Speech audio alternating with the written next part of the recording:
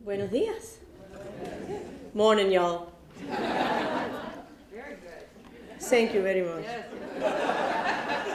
I practice that all morning, you know. I look in the mirror and I say, jazz, jazz, window. You want to laugh, but you're not sure if you should, right? We like it. Good. So let me introduce you, I only have about 15 minutes, to a few of my friends, my dearest friends.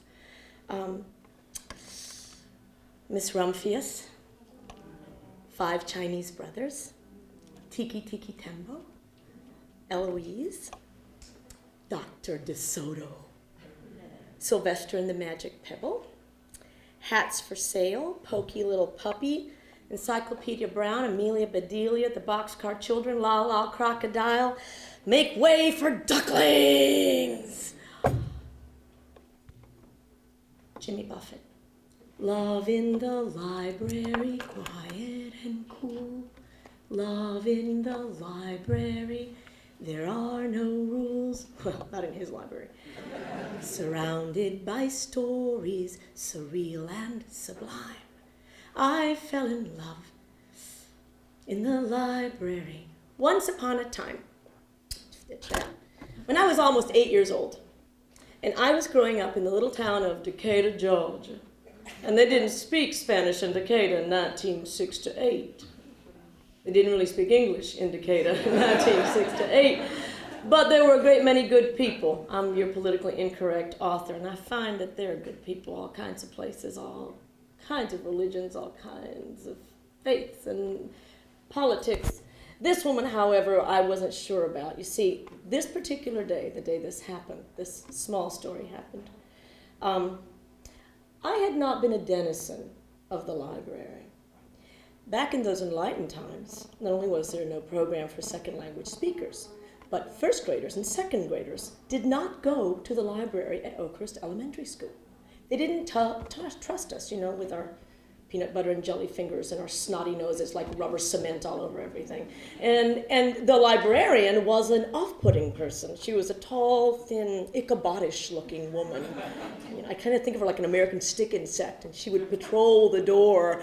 And that sanctum sanctorum was for others. I'd just buzz right by. I never went in. I wasn't welcome anyway. And I was not a reader, despite being born into a family of readers. My father, my mother, my sister, all avid. What I was a listener. I loved to listen to stories, and I was fortunate to be born into an oral culture, one with a strong oral tradition, and then to grow up among Cubans who never stop talking, and Southerners who interrupt everyone. It was marvelous. And then, thank you. We wait for the slow ones. It's kind of like kindergarten. So here I was with my sister. I was supposed to go to ballet class with her, and she looked like she was in pink, like Pepto-Bismol thrown up all over her. And we'd had to walk, you know, several blocks in front of God and everyone. Back then in the South, you know, those big, we lived in a neighborhood with shotgun houses, and Google it. And, you know, folks would sit out on their porches and, how you doing, baby? How you doing, sugar? How's your mama now?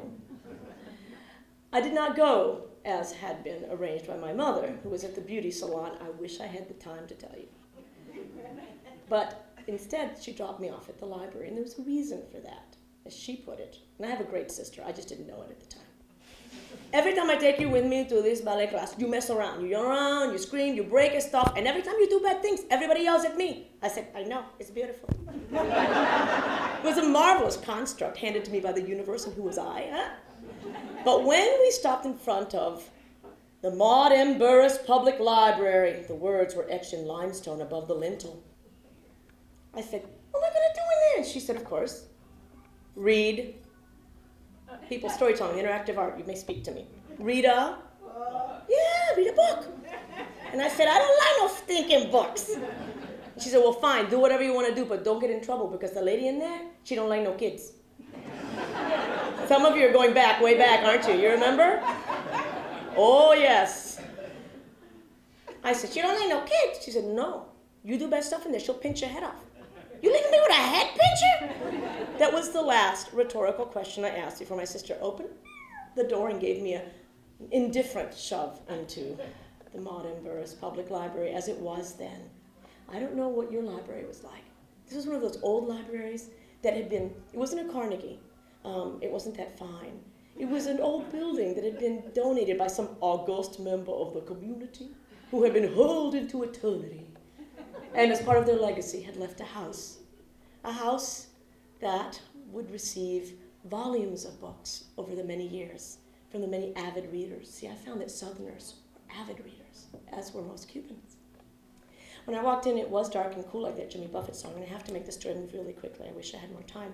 But I saw her right away as my eyes got used to the darkness. There were shelves to the left and right, 10-foot ceilings. Remember those 10-foot ceilings? Plaster walls. She was behind a great oak desk that passed for a circulation desk. It looked like it had been left over from maybe somebody's first grade class. She was a traditionally built woman of her time. Just solid, made for comfort, not for speed. And if you turned a corner and ran into her, you could just get lost, but you know. I didn't know that she had a kinder side. Eventually I found out that she liked children. She even kept butterscotch in her bosom. She hollered out, you want some? It was always warm. That day, her eyes bored into me like two augers. And who are you? It was that, cultured Agnes Scott accent, and no, all Southern accents are not the same. And boy, I just wish I could give you a tutorial. She said, come here, sugar. Yes, ma'am. Now, I suspected who this was, I haven't seen you in this library before. Oh, I never come to the library. Oh, you new in town? No, I just don't ever come to the library. Well, in this library, if you're going to be here, you'll need a library card. I didn't know what that was, and I didn't want to tell her.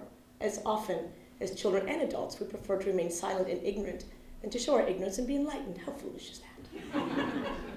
She whipped out a library card. She's one of those chairs, the ones that had the big rollers on the bottom. It's kind of like a saloon.